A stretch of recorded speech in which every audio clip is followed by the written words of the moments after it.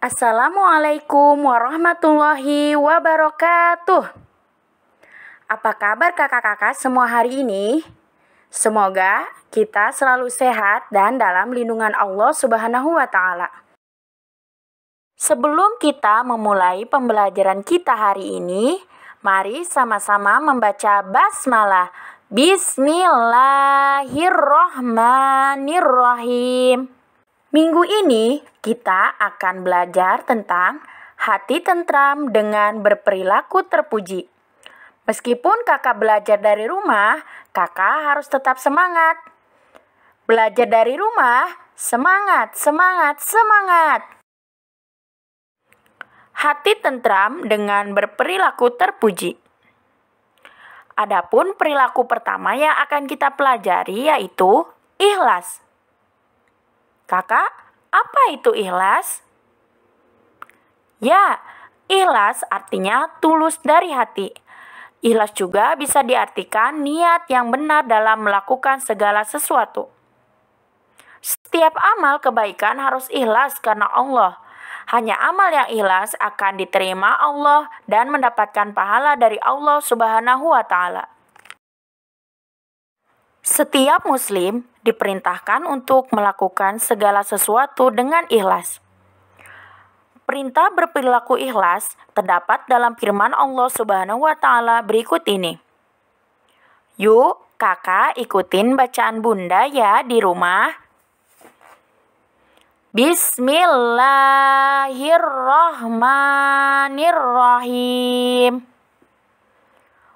Wa ma umiru illa liya'budullaha mukhlisina lahuddin. Artinya, padahal mereka hanya diperintahkan menyembah Allah dengan ikhlas menaatinya, semata-mata karena menjalankan agama. Quran Surat Al-Bayyinah ayat 5.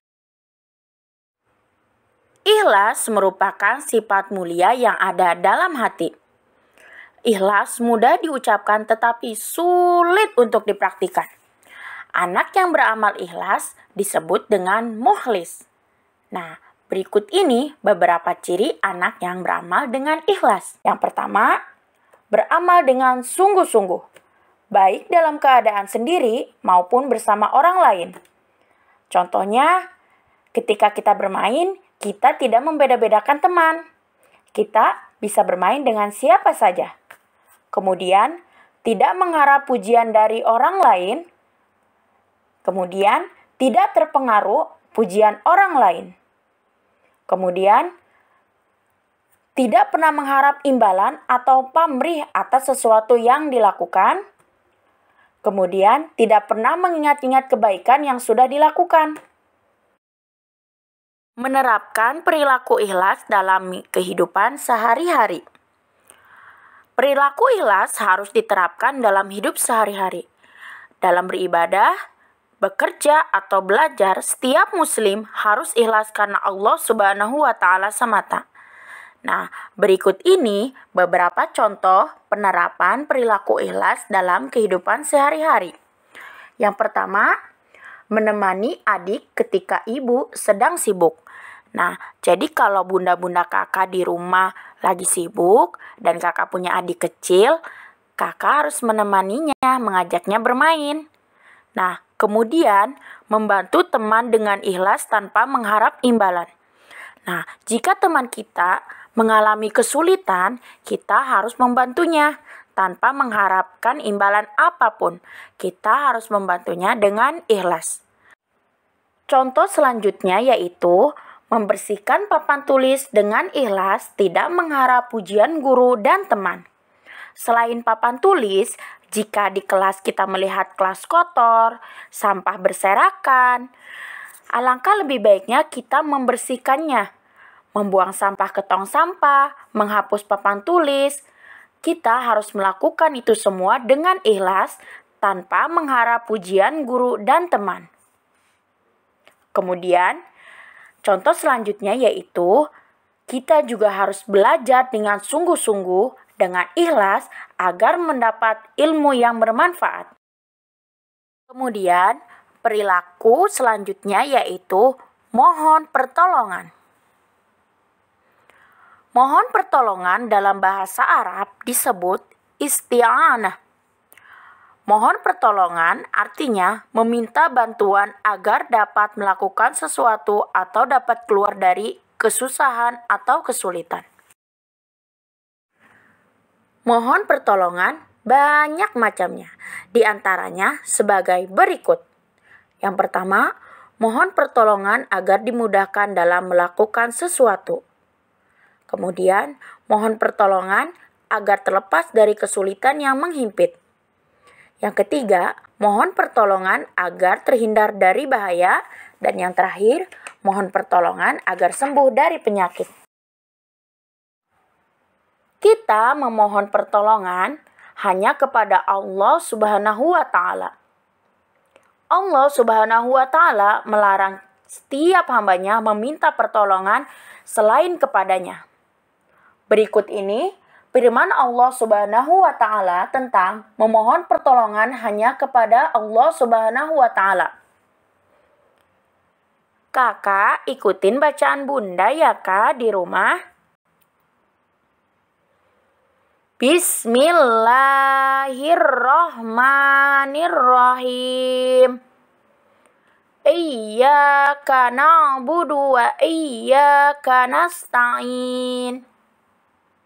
Artinya, hanya kepada Engkaulah kami menyembah dan hanya kepada Engkaulah kami mohon pertolongan. Di dalam surat Al-Fatihah ayat kelima ini sudah jelas, Allah hanya memerintahkan hambanya untuk menyembah dan memohon pertolongan hanya kepada Allah Subhanahu wa Ta'ala. Menerapkan perilaku mohon pertolongan hanya kepada Allah. Allah Subhanahu wa Ta'ala satu-satunya zat yang mampu memberikan manfaat dan menghilangkan mudarat dari diri hambanya. Oleh karena itu, hanya Allah Subhanahu wa Ta'ala tempat memohon pertolongan dan meminta perlindungan. Seperti di dalam surat Al-Ikhlas ayat kedua yang berbunyi Allahus Somad, yang artinya Allah tempat meminta segala sesuatu. Barang siapa hambanya yang bergantung kepada selain Allah, maka akan ditelantarkan oleh Allah Subhanahu wa Ta'ala. Allah lah satu-satunya zat tempat bergantung, meminta keselamatan dan harapan. Segala manfaat dan mudarat berada pada kekuasaan dan kehendak Allah Subhanahu wa Ta'ala. Yuk kita amati beberapa gambar dan keterangan berikut ini. Yang pertama, beberapa siswa berdoa sebelum memulai belajar. Kenapa? Karena kita sebelum belajar harus mohon pertolongan Allah agar diberi kemudahan dalam belajar. Kemudian, ada anak laki-laki berdoa sebelum tidur. Kenapa dia berdoa? Karena berdoa kepada Allah sebelum tidur agar dijaga dari gangguan setan dan mimpi buruk.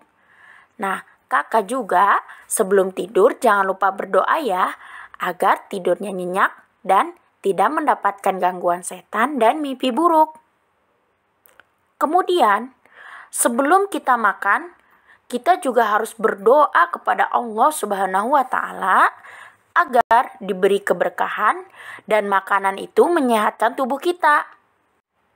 Yuk kita biasakan, awalilah setiap kegiatan yang akan kita lakukan dengan membaca basmalah dan doa, seperti ketika akan belajar, bermain, atau membantu pekerjaan orang tua.